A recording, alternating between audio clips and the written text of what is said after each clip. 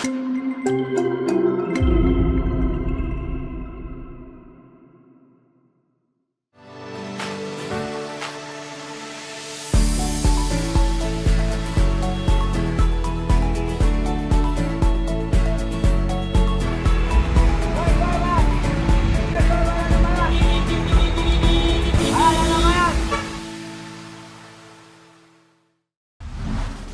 friends! Ako ni si Bogart the Explorer, and today's mission takes us somewhere unexpected. Before Captain Rhee and crash landing on you made you fall in love with Korea, there were real soldiers, real Filipinos, who crash landed into a war that wasn't even ours, but chose to fight anyway. June 25, 1950, the Korean War began. And guess what? The Philippines was one of the first countries to send troops. They were called PEFTOC, the Philippine Expeditionary Force to Korea. They didn't have slow-mo entrances or romantic OSTs, but they had courage, grit, and a mission to defend freedom. This is not K-drama. This is real drama, real history, real heroes. Welcome to Ang Pinoy at Ang Korean War. This is Storya ng Bayan.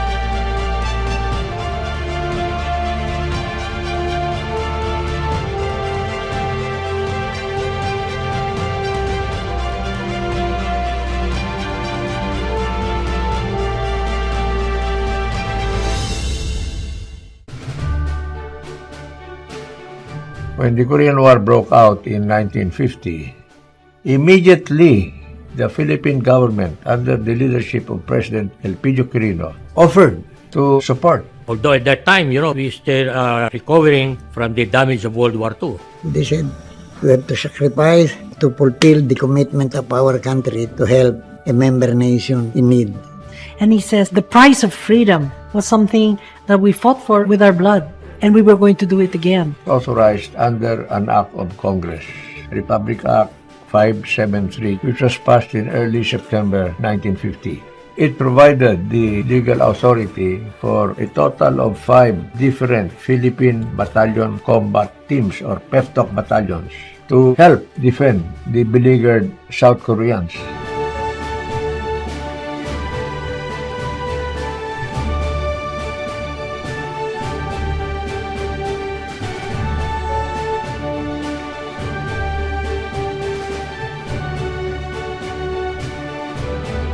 Philippines sent 5 battalion combat teams to Korea with a total strength of 7,420 officers and men.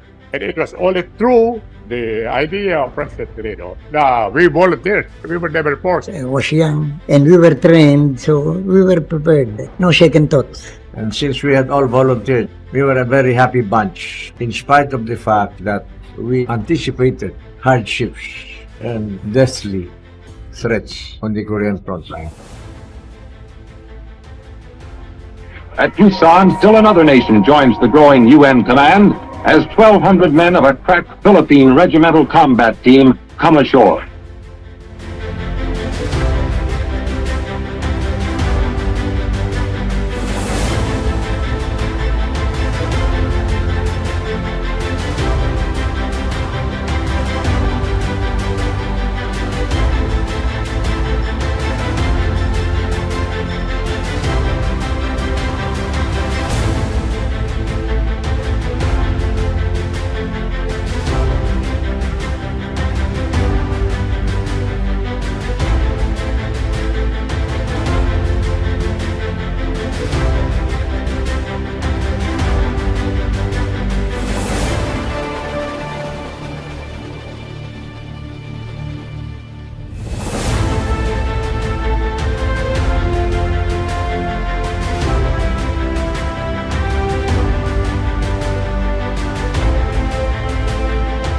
Well, when you arrive at Korea, about 5/6 of South Korea was occupied by the North Koreans. Only 1/6 was occupied by the Allied forces then. And we arrived there in Busan. I saw Korea badly beaten, ruins. Then the civilians were bringing their packs, moving. You could see movement all around, back and forth, because everybody didn't know where to go. Children crying, and most of the children were very skinny. All in tattered clothes, hungry, begging for food. We sympathize with them because we already suffered the same consequences during World War II when the Japanese started bombing our areas. We give them food. Katapos their parents will come rushing towards us also and begging for food. The whole people there talagang they're starving. Very sad life. Very destructive ang communism.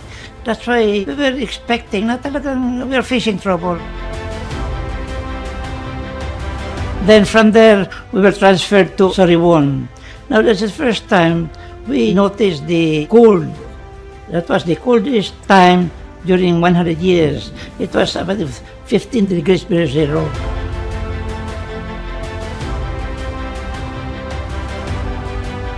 It was on 11 November when we started the first patrol between Myeodong up to Shinji. I was leading the group because I was with the tanks. But the farther is about 3 jeeps. Now we reinforce them. Then followed by 2 companies, the Able and Baker companies. Then before we have to cross the hill, which was dividing the area between towns, we have to cross a bend. Now in that bend, further, there was 45 area by the North Koreans. Suppose this is a hill. There are 4 lines of trenches. So when we were able to clear that area, they started firing at us. It was so surprising that talagang everybody cannot move because I'm with the tank. Doon ko silalim. Sa tank, mayroong periscope. I tried to look. Nakita ko, nobody was moving because talagang firing at that area. Pati yung tanki ko na pasob-sob doon sa ano. Ang ginawa ko, pinataas ko. Pagtaas ko, nakita ko yung mga North Korean troops. They were already talking of maybe attacking. As a soldier, the first thing is safety. And instead of defending yourself, you attack. That's your reaction. You have to kill to live. So lumabas ako sa tanki. Paglabas ko sa tanki, hindi tank, there's a turret, there's a machine gun.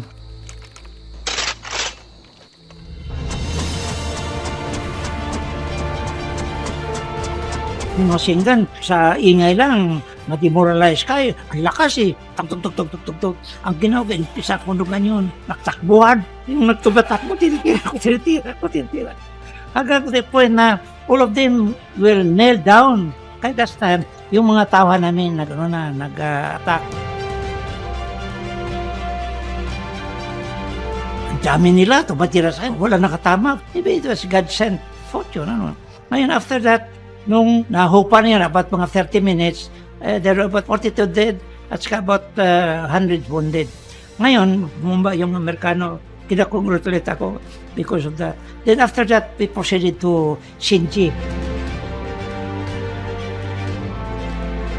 Immediately after the Battle of Myeodong, winter had already set in.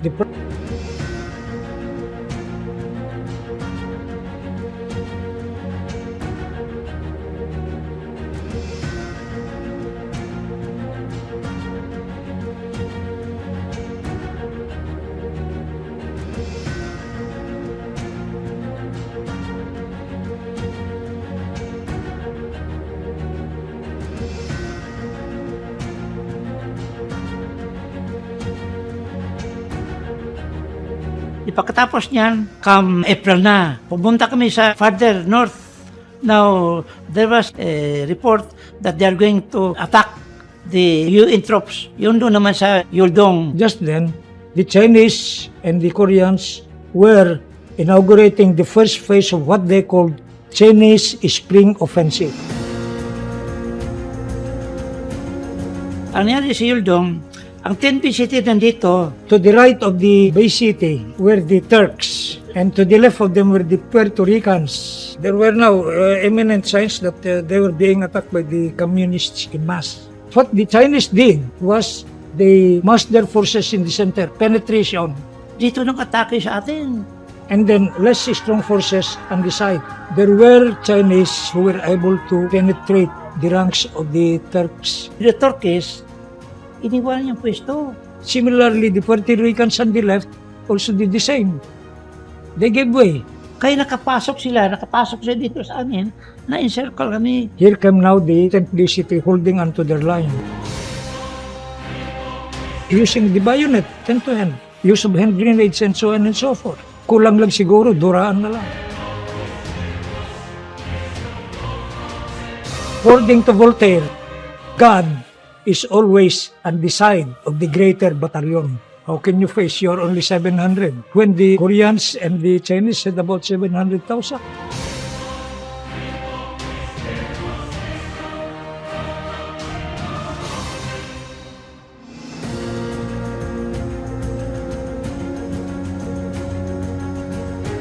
According to the testimony of the defenders, piles of dead were there. Piles of dead. Doon yung namatay yung si Captain Yap at saka si Lieutenant Artiaga, yung dalawang yun ang hero.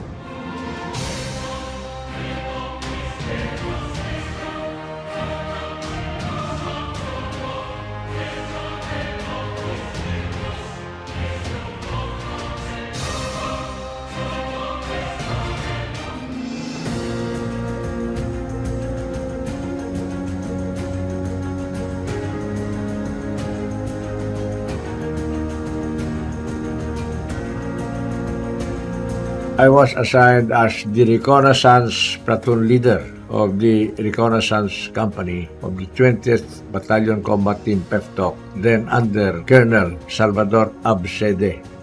Being volunteers, we were rushed to the front lines in Korea.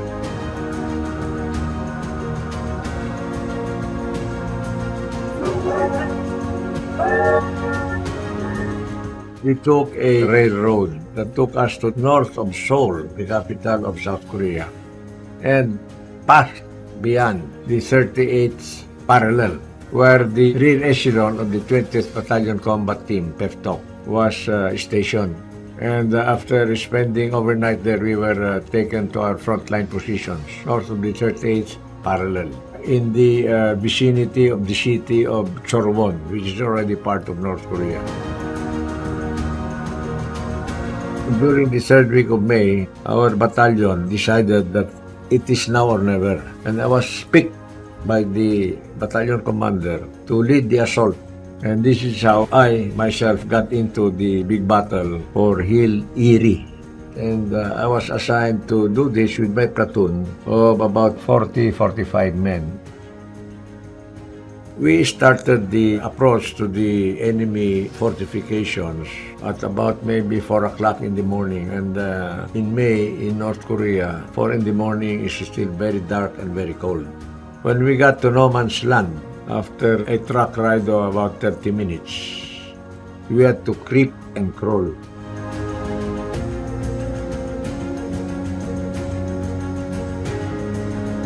For most of that period within no man's land, we had to prod with our bayonets on whether there are mines planted with tripwires in the rice fields. It was very dangerous.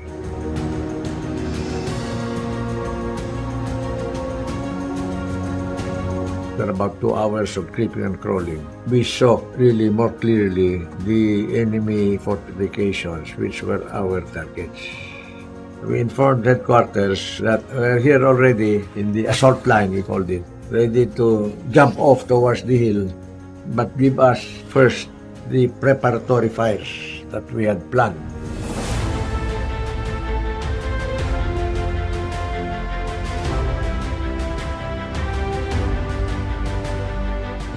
And these were from the fighter planes of the supporting American forces that dropped napalm bombs along the target area.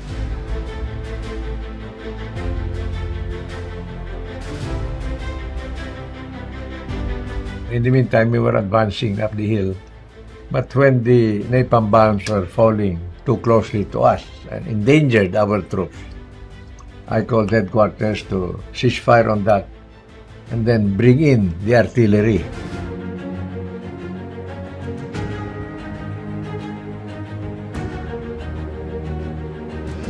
Which was behind us and where the forward observer, Lieutenant Cosme Acosta.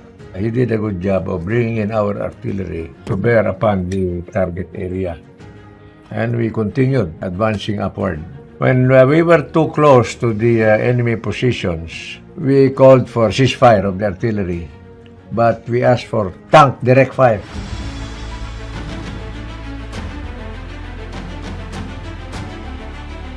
From our supporting forces in the back. And so the tanks being able to fire directly at the target, almost in a straight line, started firing.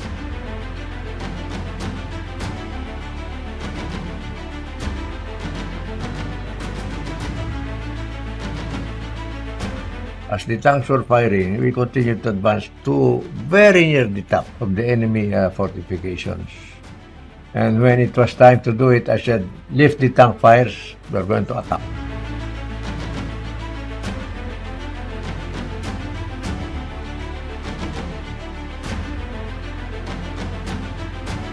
We identified the bunkers and the foxholes of the enemy one by one, and we attacked them with rifle fire, with bayonets, and in some cases with demolitions. The hand-to-hand combat lasted for about 30 to 45 minutes until I determined that the enemy resistance had died down. And I started accounting for my men, and I found out that they were all present, accounted for, except for one or two that were wounded. I was very proud of the fact that we accomplished our mission. Well, of course, personally, I was very thankful to the good Lord for saving the troops.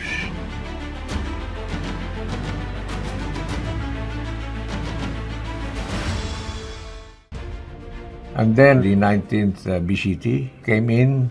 Appreciate with the turnover from the 20th BCT, turned over to us. My dad was fascinated by flying, first of all. That was his hobby. And when he saw that many soldiers were being sent to the front, he came to my grandfather, then President Quirino, and said, Papa, I want to go to war. And my grandfather looked at him and says, well, if you go to war, then my son has to go with you. Dad used to say, when Lolo told me that I had to serve in the Korean War, of course I feared. I feared for my life. I didn't want my children to be fatherless. So that was my greatest fear.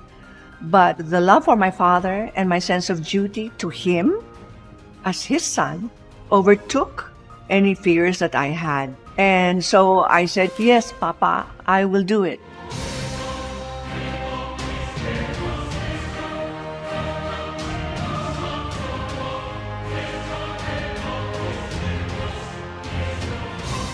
So that was the story of how both First Lieutenant Tomas Quirino and Luis Chito Gonzalez joined the war. It was just like Quirino to send his only son at that time and his only son-in-law to the war. Because when he said the Philippines goes to war, he'll send his own family first. Luis Gonzalez, yung asawa ni Mabiti Quirino, pilot namang Pepto yun eh. Asawa namin. He was a spotter pilot. He would go on this small plane at very high altitude and look for the enemy and relay the information back to the base so that they could either fire artillery or have other planes with armament go there because his plane had no armament at all. Dad was assigned to desk duties in the beginning. Signal siya eh. He makes sure that all communications to the line to everyone has to be connected, that they properly connected, can be contacted anytime. Because you don't go to combat without communication. Signal is very important.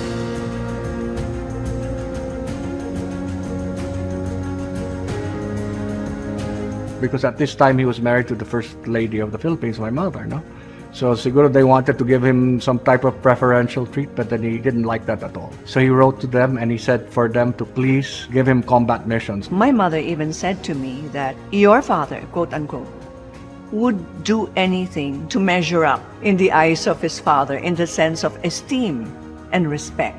So he kept telling their officer, I want to see action. I want to see action. On the 10th of June, we were shipped to Line Jamestown.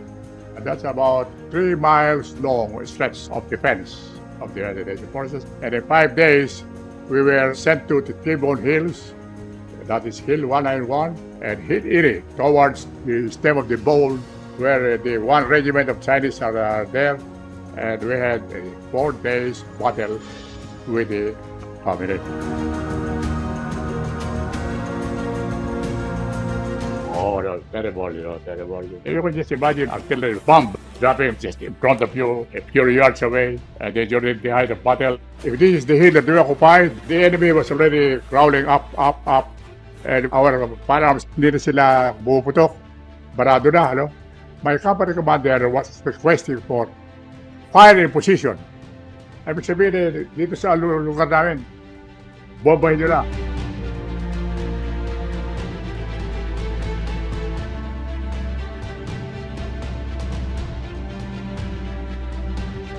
But my battalion commander didn't approve it.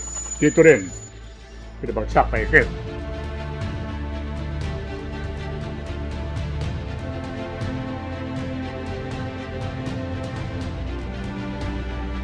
And at the end of the battle, after 4 days, there was a recording from the 45th Division that no less than 500 enemy Chinese cavalry were killed by our artillery alone. That's aside from those who we encountered, yung umakyat sa aming hill, na napatay namin doon na marami. They suffered a lot.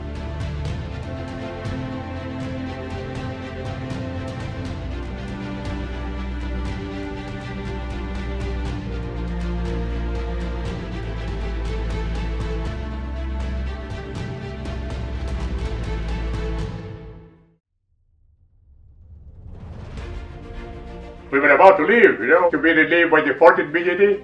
And 3 days before, we sent that patrol between our line and the enemy. The squadron told me, Sarge, iwanan ko muna sa iyo yung pera ko, ha? Baka mamaya kung ano mangyari sa akin doon. Eh, na-capture siya. That sergeant there is from Baranol City. And I was personally responsible in bringing him there to my unit. So, I grieved so much about it. Well, that's their fortune. Alam mo, pati sa akin, it's just lucky. I never thought with people, how many thousands there firing at me, hindi ako tinaman. It's a question of luck eh. Tawagin natin silang marangal, matatag, bayani, masigasig na mga Pilipino. My mother was totally worried. She kept writing to my father, come home soon. I miss you, sweetheart. She would apologize. I am so sorry to keep bothering you, but I haven't heard from you all this time. And the stories of my mom, on the other hand, she showed me some of the love letters of Dad to her. He was pretty romantic. He said he missed the family, he wanted to be home. It must have been quite challenging for him. I remember him saying it was the worst time of my life. It was freezing. We were freezing. The biggest enemy that they had was the weather, actually, and homesick. Dad never left behind any memoirs, but he did send letters to my mom telling her that finally he got his wish and that he's pretty happy that he came home alive from the experience. I was initially assigned to the 7th Battalion Combat Team of Colonel Napoleon de Valeriano of the Ninita Unit. Then, after about a year, I was given orders to join the 14th BCT. When we left, the President Quirino sent us off. He was at the pier. And he told them, just before they left for Korea, and I will quote, I sent ahead of you my only son and my son-in-law to offer their blood in the defense of democracy. Thus, my pride will be that with my own flesh and blood, I shall have participated in your coming struggle and victory for the honor and prestige of our country. Unquote. That is what he said.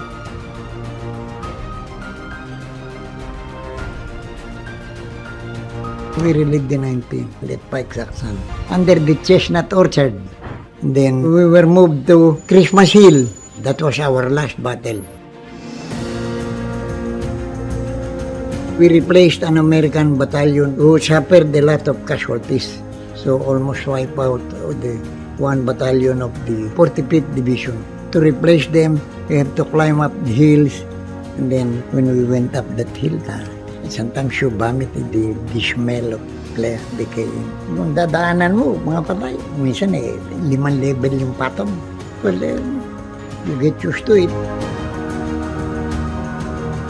We captured the Christmas Hill. Then the Chinese attempted several times to recover the hill.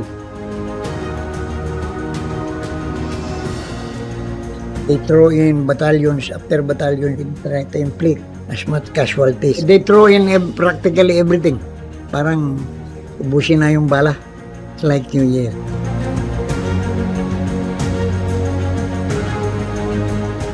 When you fight back in that war, you have everything you need. Artillery fire support, tank support, aircraft. You can ask for any fire support.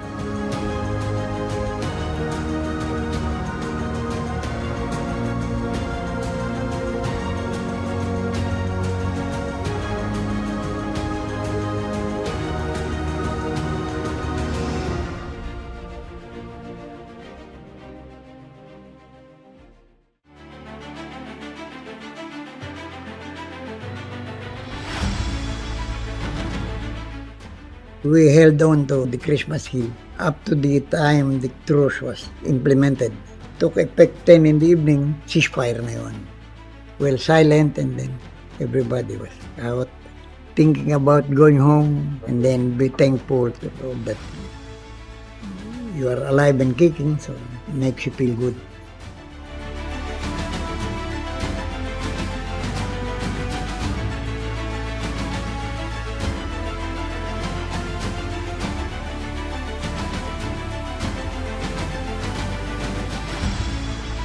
When I went to Korea, there was already a truce, but everything was still on a war footing. There was the main battle position, the demarcation line between the two Koreas, which both sides guarded. The North Koreans guarded the north side, we did the south side. On the lines, your duty there would be to look through binoculars and you monitor the movement of the enemy on the other side. When the armed forces decided that there was no longer need for the BCT in Korea, the orders were for the BCT to come home. But on the last minute, they said a contingent of 1 officer and 10 enlisted men must stay behind, and I was the one chosen. So because of that, while the rest of the battalion went home, I was there for another additional 1 month and a half.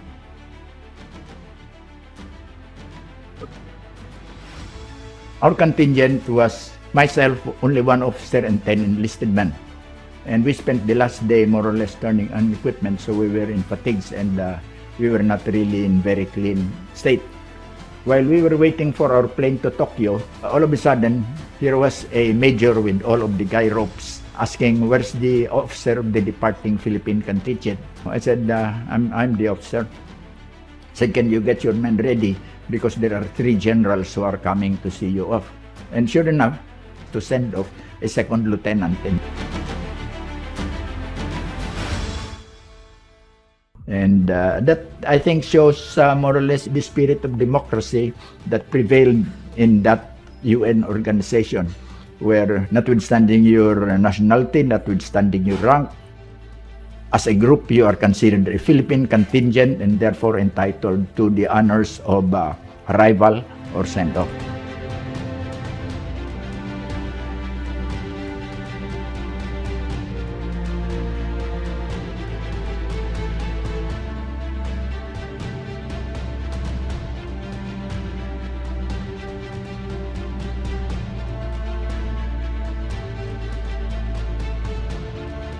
From then on, my spirit of patriotism was really enhanced. What an experience to be fighting like that.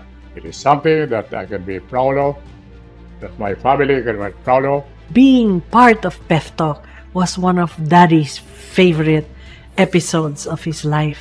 When he was diagnosed with cancer, the last trip he took was to Korea.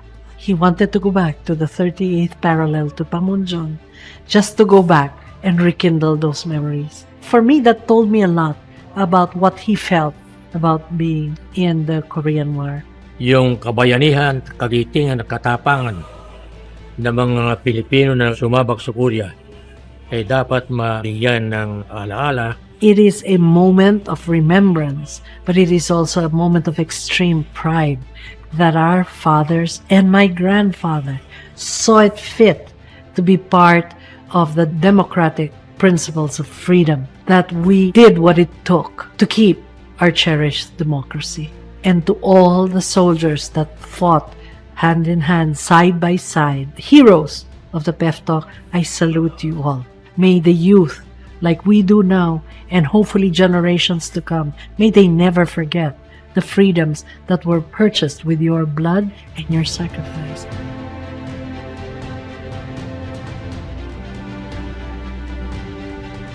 This is the lesson of World War II and the Korean War, and the Vietnam War also after the Korean War, to all of us.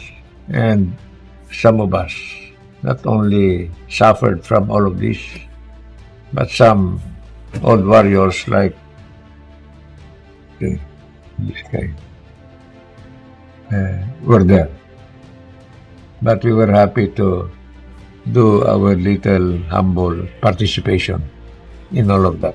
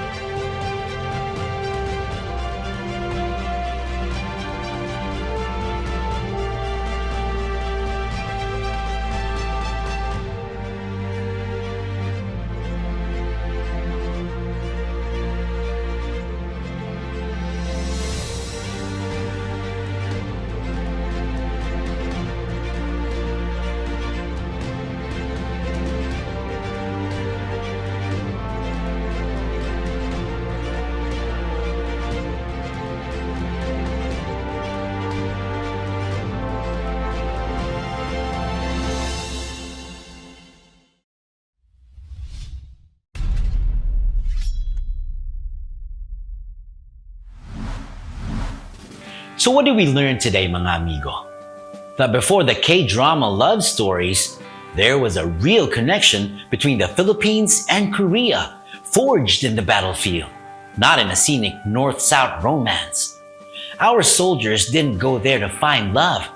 They went to fight for freedom and brought with them bravery the world would never forget. The story of PEFTOC deserves more than just a history book mention. It deserves to be told, like any K-drama, but this time with Filipino heroes in the lead role. Ako si Bogart the Explorer, and this has been Storya ng Bayan.